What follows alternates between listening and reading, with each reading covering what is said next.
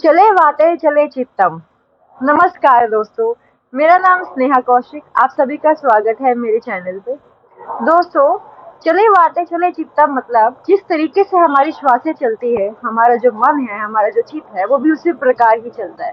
यानी कि हमारी श्वासें जिन पे हम काम नहीं करते हैं, जो चलती तो है, हम रोजाना श्वासें लेते हैं, छोड़ते हैं, लेकिन हमें ये नहीं मालूम, ये नहीं पता कि किस तरीके से हमें श्वासों को लेना है और श्वासों को छोड़ना है, और क्या हम सही तरीके से श्वासों को ले रहे हैं।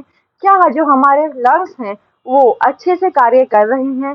क्या जो हमारा पूरा सिस्टम है, हमारा जो मैकेनिज्म है, क्या वो अच्छे से काम कर रहा है।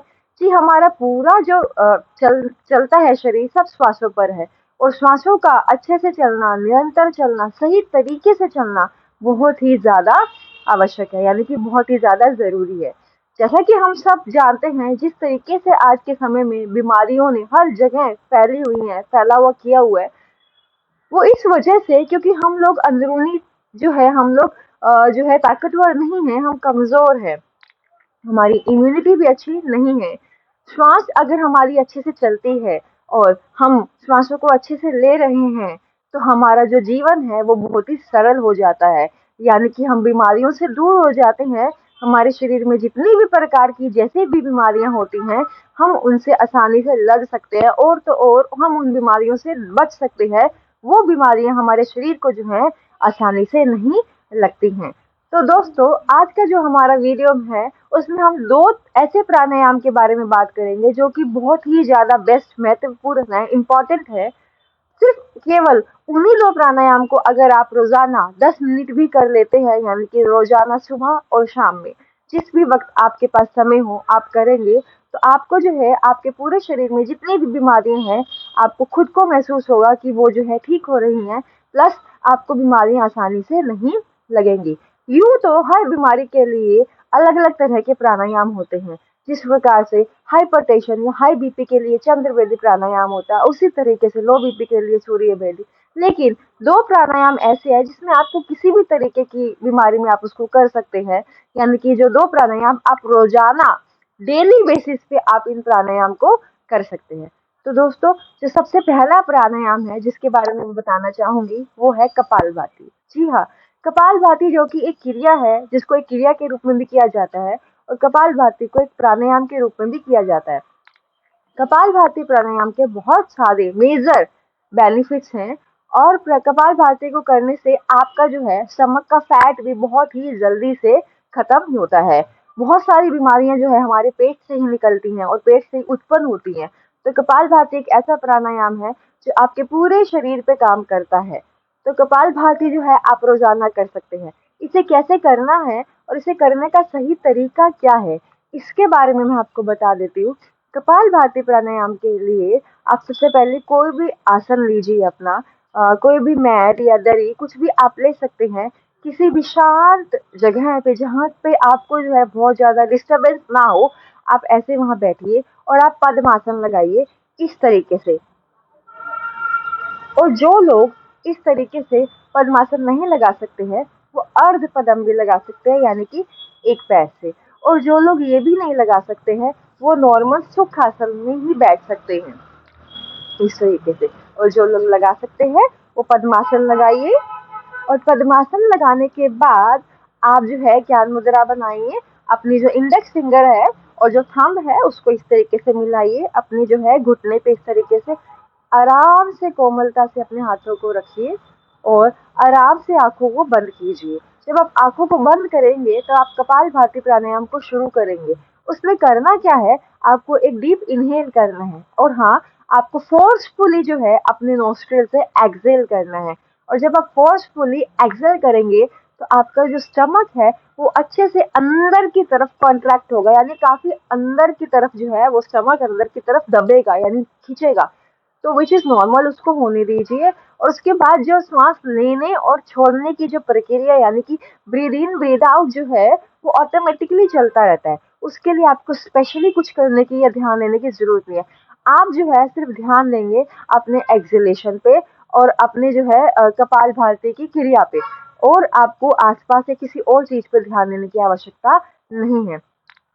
तो चलिए, शुरुआती तौर में हम पहले 30 यानी 30 स्ट्रोक से शुरू करेंगे। एक राउंड में हम 30 बार जो है इस प्रक्रिया को करेंगे। देखिए इस तरीके से आंखें कोमलता से बंद, दोनों हाथ घुटनों के ऊपर, डीप इनहेल और फोर्सफुली एक्सहेल।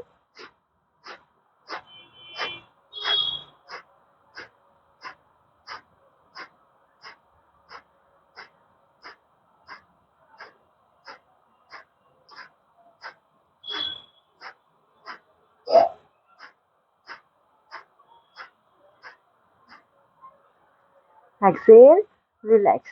इस तरीके से जो है आप 30 बार यानी 30 टाइम्स एक जो है राउंड में आप करेंगे। दोस्तों कपालभाति करते समय आप ध्यान दीजिएगा, आपके शोल्डर या आपके पूरे शरीर को हिलाने की या हिलने की जरूरत नहीं है। आप सिर्फ अपने स्टमक पे ही ध्यान देंगे। और जैसे कि अभी हमने 30 बार किया इसको, आप ग्रेजुअली इसे इंक्रीज कर सकते हैं, धीरे धीरे बढ़ाइए। 30 से 60 जाइए, देन 90 जाइए। उसके बाद जो है आप इसे ब्रेक दे दे के करिए, यानी एक बार किया, फिर आपने थोड़ा सा ब्रेक दिया, फिर किया, फिर ब्रेक दिया, फिर किया, फिर ब्रेक दिया। इस तरीके से आप लगातार 5 मिनट तक इस प्राणायाम को करेंगे। और मेक श्योर जब आप इसे कर रहे हैं तो उस समय आपका जो स्टमक है दैट शुड बी एम्प्टी।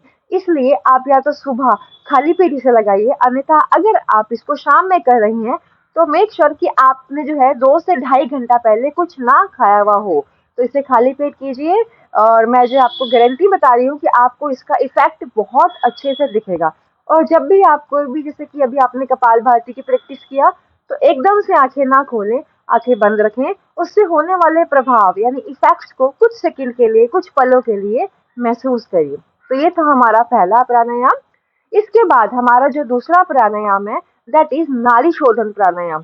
दोस्तों हमारे शरीर में यूं तो 72,000 नाड़ियां हैं, जिनका शुद्धन होना यानी जिनकी शुद्धि होना, शुद्धि प्रक्रिया होना बहुत ही जरूरी है। हर नाड़ी का अपने आप से काम करना बहुत ही आवश्यक है। इन 72,000 नाड़ियों में यूं तो 3 नाड़ियां जो है प्रमुख मानी जाती है, लेकिन फिर भी हर नाड़ी का शुद्ध होना यानी उसका प्योरीफाई होना बहुत ही जरूरी है। तो नाड़ी शोधन जो प्राणायाम है वो सारा का सारा जो 72,000 नाड़ियां है उनको प्योरीफाई करता है, यानी कि उनको शुद्ध करता है। हमारे जो प्राण है, हमारे जो श्वास है, उनमें वो अच्छे से चलते हैं। तो नाड़ी शोधन प्राणायाम के लिए क्या करेंगे, कैसे करेंगे, उसके लिए आप विष्णु मुद्रा या फिर नासिका मुद्रा जिन्हें हम कहते हैं उसे बनाइए। आप अपना सीधा हाथ लेंगे, लेफ्ट हैंड जो है आपका, उसको आप इसी तरीके से ही अपने नीज पे रखेंगे। सीधे हाथ में आपकी जो इंडेक्स फिंगर है और जो आपकी लॉन्ग फिंगर है, मिडल फिंगर है, उसको आप इस तरीके से दबाएंगे थंब से। आपकी रिंग फिंगर और आपकी स्मॉल फिंगर को आप यूज करेंगे, प्लस आप अपने थंब को यूज करेंगे। हाथ को यूं नहीं रखना है, हाथ को आपको चेस्ट के पास ही लगा के रखना है। आंखों को कोमलता से बंद करना है और धीरे से अपनी लेफ्ट नोस्ट्रिल से ही आपको सबसे पहले इनहेल करना है। राइट वाली नोस्ट्रिल को हल्का सा प्रेस कीजिए अपने थंब से। लेफ्ट वाली नोस्ट्रिल से डीप इनहेल, राइट से छोड़ दीजिए। राइट से रिपीट,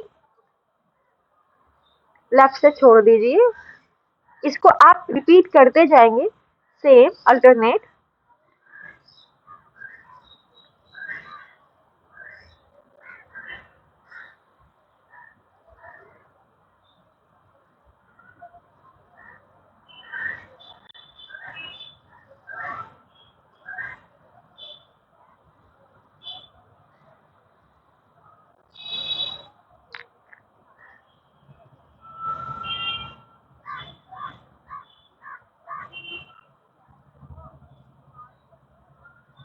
30 सेकेंड के लिए आप जो है इसे लगातार करते जाएंगे।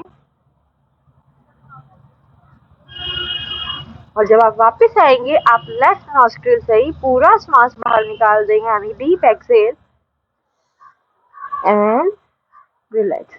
आंखों को अभी बंद ही रखेंगे। नाड़ी शोधन प्राणायाम से होने वाले प्रभाव को यानी इफेक्ट्स को कुछ पलों के लिए जो है आप महसूस करेंगे। अपने भीतर चल रहे इन श्वासों को, उनकी गति को आप महसूस करेंगे अच्छे से।